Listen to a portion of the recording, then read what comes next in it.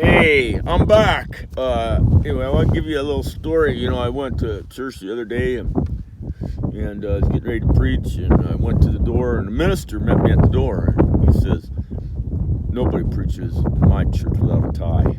Oh, no, I didn't bring a tie.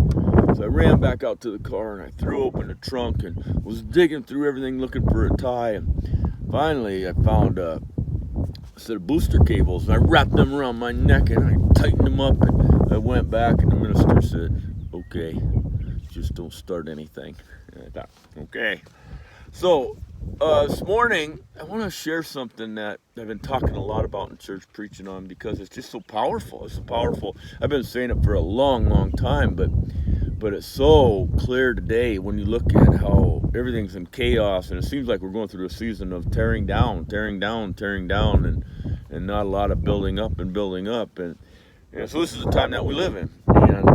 And how do we approach that as Christian people? And we can become fearful. It'll spill out into here. I mean, you look around here this morning and you think, man, it's so peaceful, so calm, and so beautiful. And yet, that's not the case all over the world. There's a lot of things happening that aren't positive, and a lot of hurt and destruction.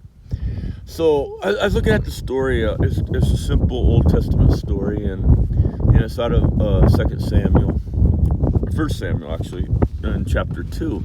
And it's a story of a priest, and he's an elderly priest, and he's got these two boys that are just, the Bible says they're scoundrels. They're just nasty. They're nasty boys.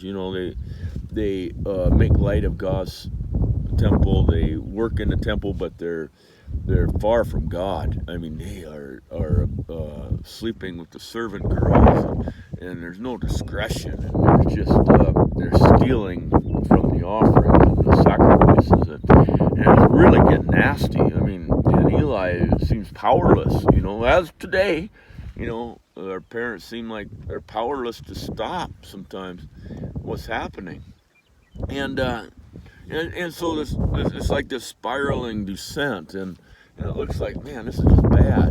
But at the same time, God is doing something, and I want to encourage you with that this morning. At the same time, while it seems like everything is going so south and bad, at the same time, God is doing something, and it was in the heart of a woman, and she went to the temple, and she meets with this high priest that has these bad boys, and he sees her coming, and he sees her lips moving. And it's interesting because when your life is in chaos, and you don't have order, that you are suspicious of other people, because if your life's that way, their life's got to be that way. So right away he starts condemning her. He says, "You know what? How can you be drunk this early in the morning? Mouth's moving, nothing coming out." And she says, "I'm not drunk. I'm here for a purpose."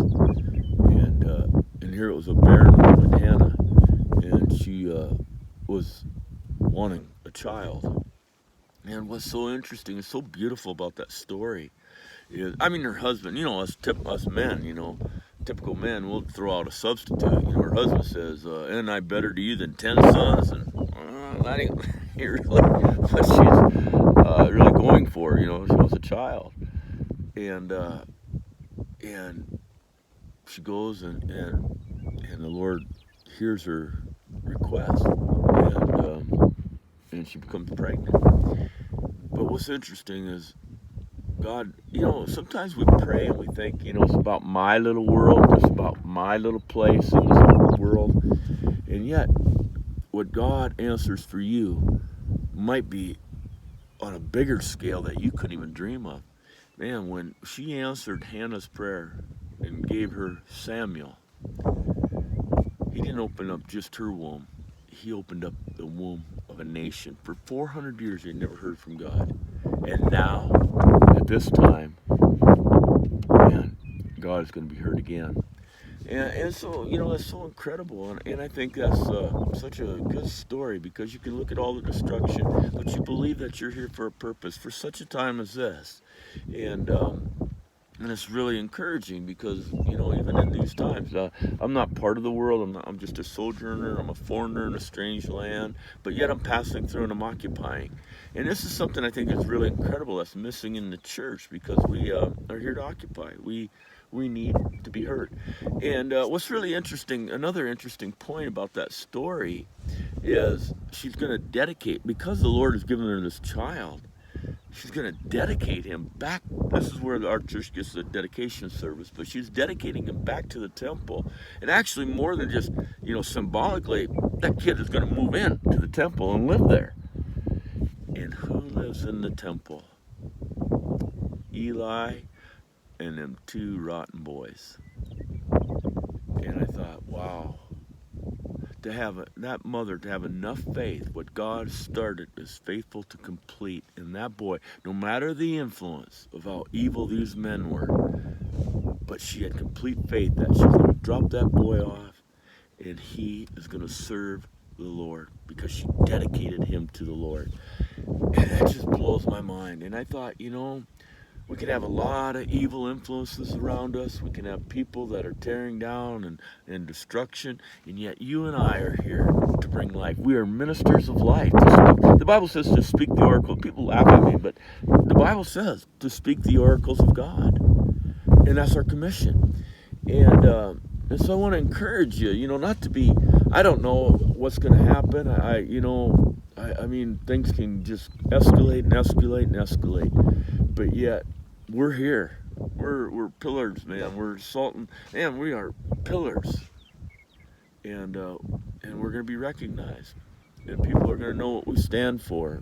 And we won't be influenced by the world. We'll be influencing the world. And I believe that. And just to call on our elected officials and say, what are you doing right now? Even in North Dakota, what are you doing right now with all this is happening? We elected you to do something. Are you doing it? Just to challenge people. And so God bless you. You have a great day. It's going to be warm, so stay cool.